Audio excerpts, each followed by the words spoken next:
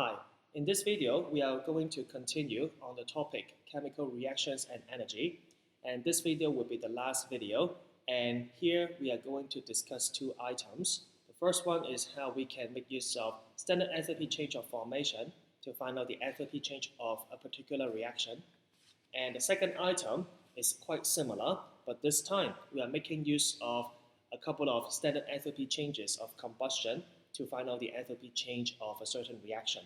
All right. Now, no matter it is the combustion or the formation, these are all applications of Hess's law. Now, if you recall, Hess's law states that the enthalpy change of a reaction is the same no matter the path it takes. So, if we can make use of a couple of enthalpy changes in order to construct an enthalpy change cycle, then we are able to calculate the enthalpy change of a particular reaction in an indirect method. Okay. Now, in our previous discussion, we try to make use of various reactions. We want to make use of sometimes enthalpy change of reaction, sometimes formation, right? But here in this part, we are using only the standard enthalpy change of formations. Okay. And in the later part, we will be using only the standard enthalpy change of combustion. Okay, so like this is the idea. So to be honest, it's not something entirely new. We can use the old drill to deal with these problems by constructing the cycle or combining the equations. But here we are going to show you like two shortcuts to find out the answer in a very quick way. Right? So let's get started. Now, first of all, if you look at this reaction, so one thing that you have to bear in mind is that for all reactions, not only this one, for all reactions, we must have something called conservation of atoms. We must obey this law, conservation of atoms. What does it mean by conservation of atoms? That means the reactants are made by different elements, different atoms, right? But no matter how they react, you should be able to find all of these atoms from the products. So you won't expect to see any loss or gain of atom.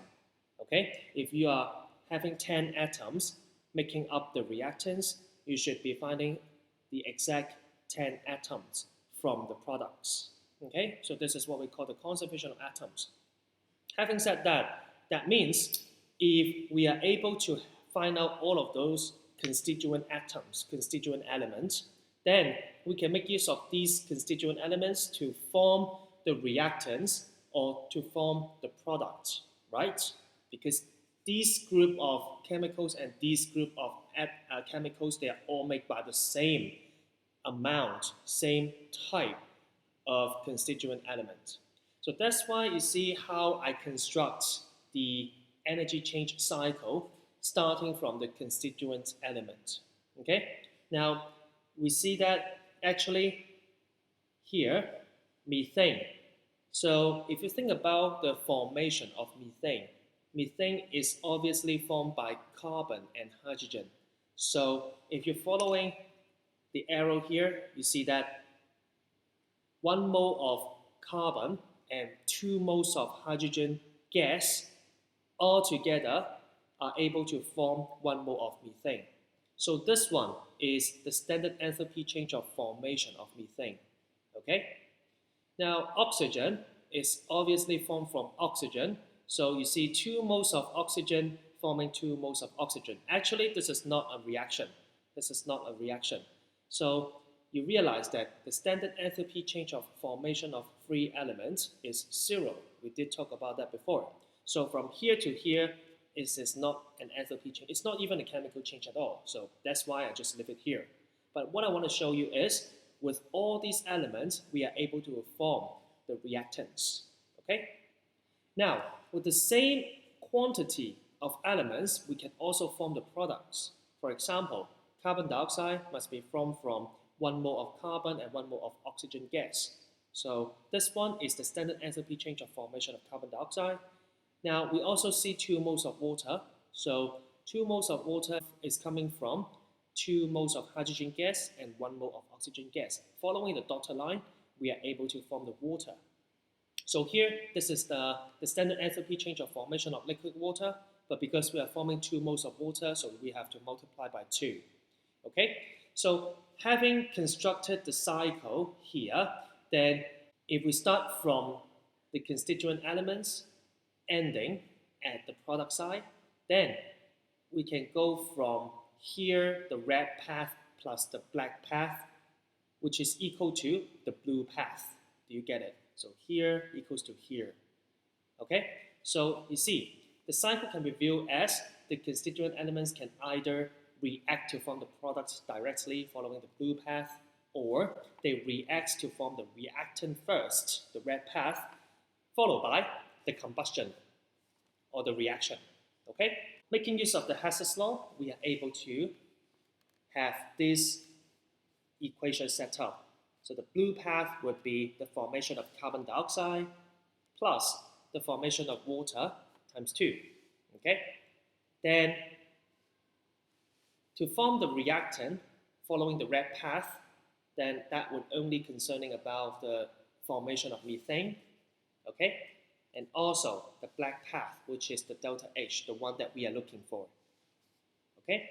By rearranging the term, then delta H naught is equal to the blue part altogether minus the red part. Now, so the blue part here,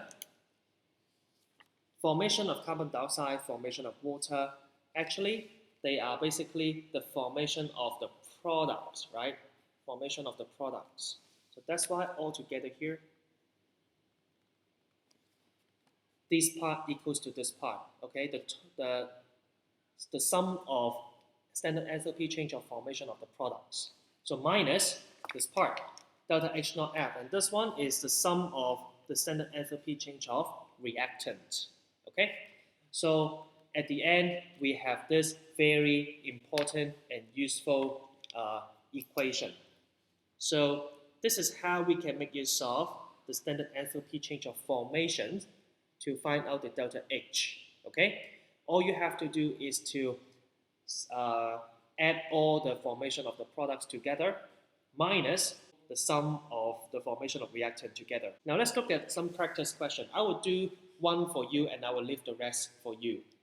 So here we are asked to calculate the enthalpy change for the following reaction using the standard enthalpy change of formation data. So here we try to make use of this equation, product minus reactant. So this is how we do it. So delta H equals to delta H naught F products minus delta H naught F reactants. Okay. Actually, you don't have to put down this one in the exam. You can simply put down the second line. So the product, which is ammonium bromide, so the formation is this one. So you can just copy. All right. Then minus the reactants, which is the ammonia and hydrogen bromide. So you can simply put down.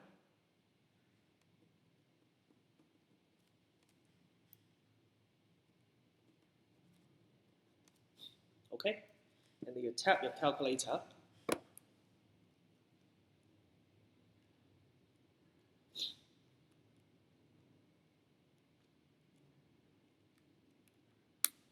Okay, so this would be the answer.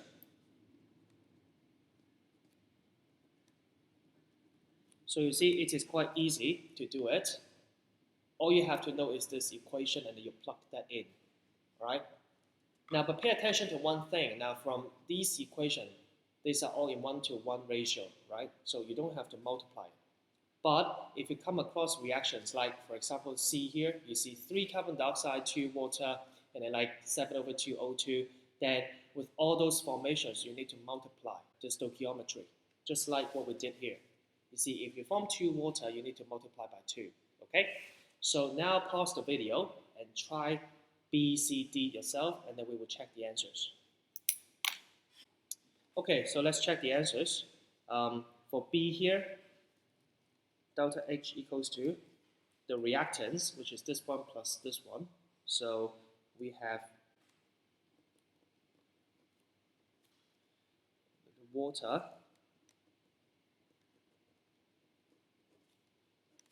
minus the ethanol exit, which is, oh wait, the ethanol exit is the one with 484. So this one is not. This one is actually the 275. Okay. Now what about chlorine? Now chlorine is an element. So element, the standard enthalpy change of formation of element is 0. So you don't have to take care of that element. Then you can just tap your calculator.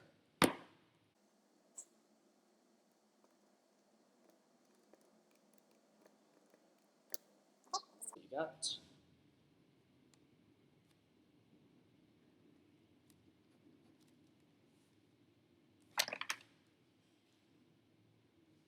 Okay, C here, again, product minus reactant, so delta H equals to carbon dioxide, which is negative 393.5.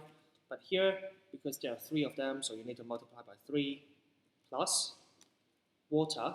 So we have 2 moles of water here, so 285.8 times 2. This one you minus the standard enthalpy change of formation of this one should be a propine. I think it is a propine, something like this. Okay, so here positive 185. So you tap the calculator.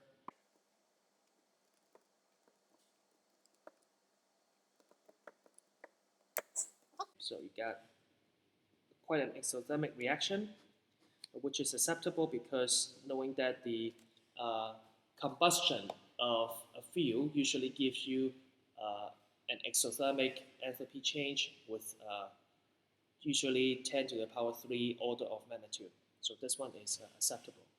Oxygen, again, as a free element, you don't have to take care of its standard enthalpy change of formation. So the last one here, this one, actually, if you realize that this one is the photosynthesis, like carbon dioxide reacts with water to form glucose and giving off oxygen gas. Okay.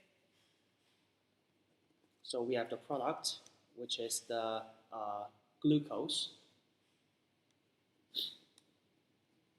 minus the reactants, we have carbon dioxide, plus water,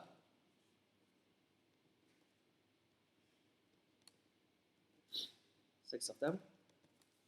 Tap the calculator. Yeah.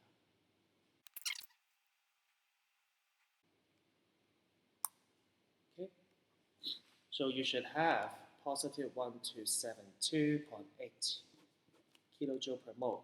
Now this is an endothermic process, which makes sense because photosynthesis is obviously converting solar energy into chemical energy. So obviously it is an endothermic process. Okay, so let's move on to the next part. Now, if you understand how we can make use of the enthalpy change of formation, then you should be able to understand this very quickly. Now, this time, instead of making use of the fact that elements are able to form the reactants and the product, this time we say that if the reaction, all the reactants and all the products are able to undergo combustion, that means all the reactants and all the products are able to burn, then we can burn them. And as we burn them completely, they should give us the same amount of combustion product or same type of combustion product. So for example, here, H2 reacts with sulfur to form H2S, and it happens that all of these can be burned. So if you burn hydrogen, then it forms water. When you burn sulfur, it forms sulfur dioxide. And when you burn hydrogen sulfide, they give you both sulfur dioxide and water. So we burn all of these things to the same product, and therefore we can form an enthalpy change cycle. Okay? Now, here we can set this one as the starting point and this one as the ending point. So from here to here, you can move either following the red path directly, or you can move along the black path, than the blue path. Okay, and the enthalpy change would be the same. Okay, so that's why we can have the black path first, the delta H, plus the standard enthalpy change of combustion of H2S, okay, equals to the red path, which comprises of the enthalpy change of combustion of hydrogen as well as the standard enthalpy change of combustion of sulfur. Okay, so by rearranging the terms, so you realize that this time it is the red part minus the blue part, and the red part is the total enthalpy change of combustions of the reactants. Did you realize? This time, this is the enthalpy change of the reactants minus the enthalpy change of combustions of the product.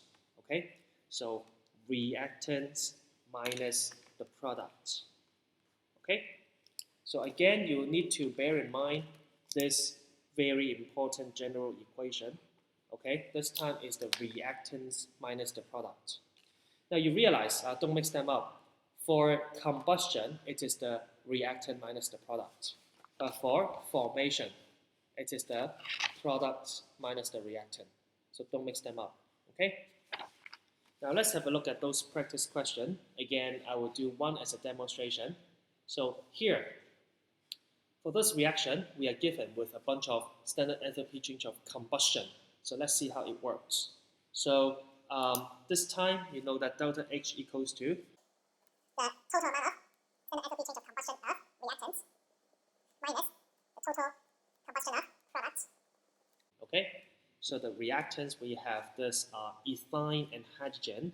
So ethane is this one, negative 1300 plus hydrogen, which is 2x6. Now bear in mind, we can burn elements.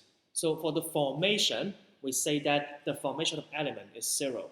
But for the combustion, yeah, of course, we can burn elements. So even hydrogen has its own enthalpy change of combustion. So don't mix them up, okay? Now hydrogen, so 2x6, but there are 2 of them. So you need to multiply by 2, okay? So these are the reactants and minus the product. The product is the ethane. Ethane is over here, negative 1560. Then you can just tap your calculator. We can do the reactant first. Minus. Okay, so we have this one. Okay, again, pause the video and try to do the rest of the questions. Okay, so let's check the answers. For part B, the delta H equals to reactants minus the product. So the reactants would be the C6H6. I think this is a benzene. So we have 3268 plus hydrogen. So it's 2H6 multiplied by 3 altogether minus the combustion of cyclohexane. So this one would be negative 3920. So tap the calculator. I'll do the reaction first. Minus. Okay, so it's 206, negative 206 kilojoule per mole. All right. Now, part C, I think maybe some of you may get stuck here. So, because now you see you have formations, you have combustion, like how can you deal with this situation? Now, of course, you can always stick with the old drill using the Hess's law, so combining equations, so you can write down all of these equations and then try to combine them. But if you're smart, you realize that if you're trying to write down the equation for the third and the fourth one, okay, standard enthalpy change of combustion of hydrogen and standard enthalpy change of combustion of carbon, you realize that. Let me just put it down. So this one, okay, combustion of hydrogen, so H2 reacts with half O2 forming H2O liquid, right? And then this one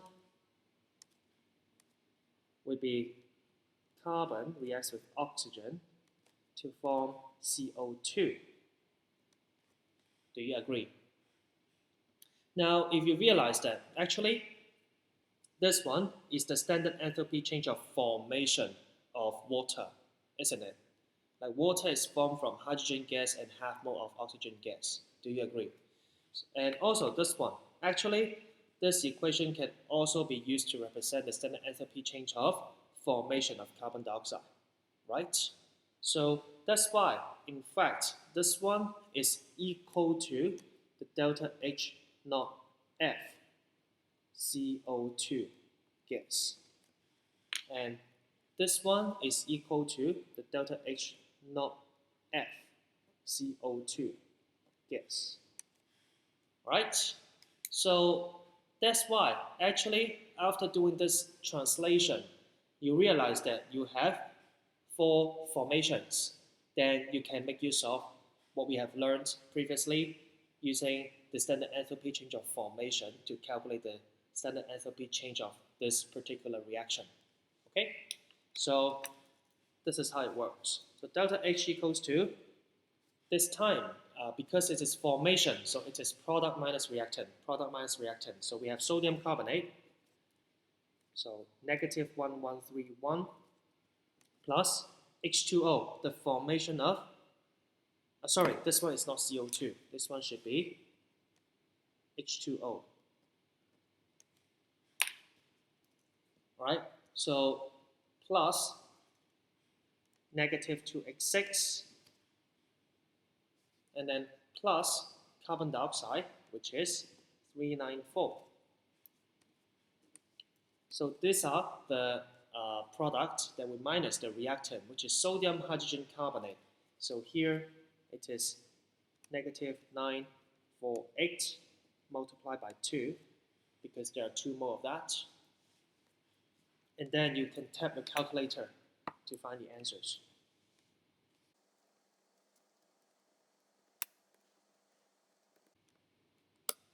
#85 is a positive 85 kilojoule per mole.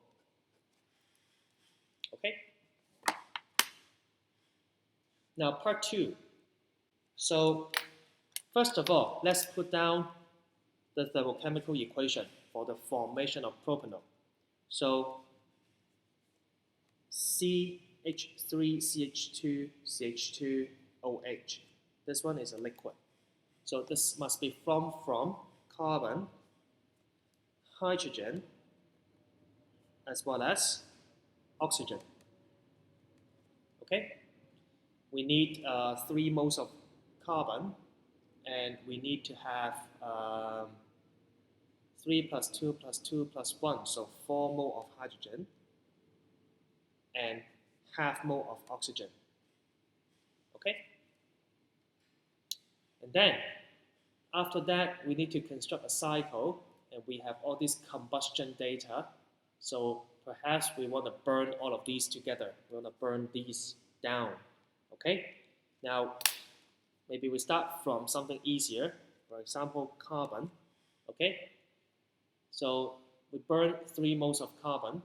So it will form CO2, of course. So it will form 3 CO2.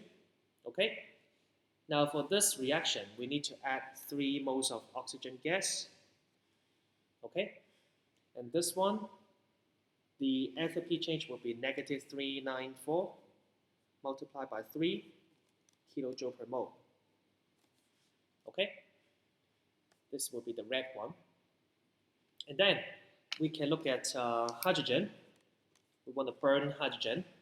So we burn hydrogen to form water, of course. So liquid water. So with 4 hydrogen, we can form 4 liquid water. Okay? So theoretically, we will need 2 moles of oxygen. But since we also have half mole of oxygen here, so we only need 3/2 moles of oxygen. Okay? Then we can form the water here. So it's like 3/2 plus 1/2 equals to 4/2. That means 2 moles of oxygen. So 4 moles of hydrogen reacts by 2 moles of oxygen to form 4 moles of water. Okay?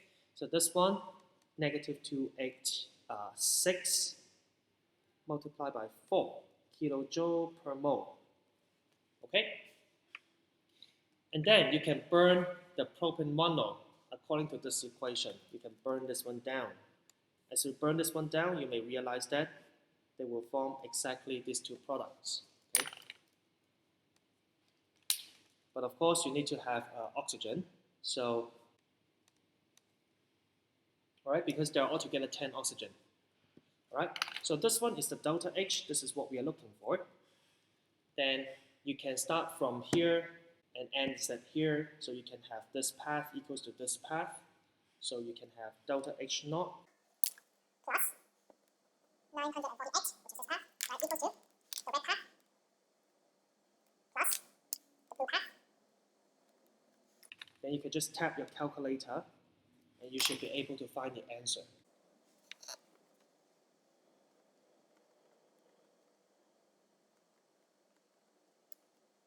So here, negative 1378 kilojoule per mole. All right. So that's it for the video, and that's it for the whole topic.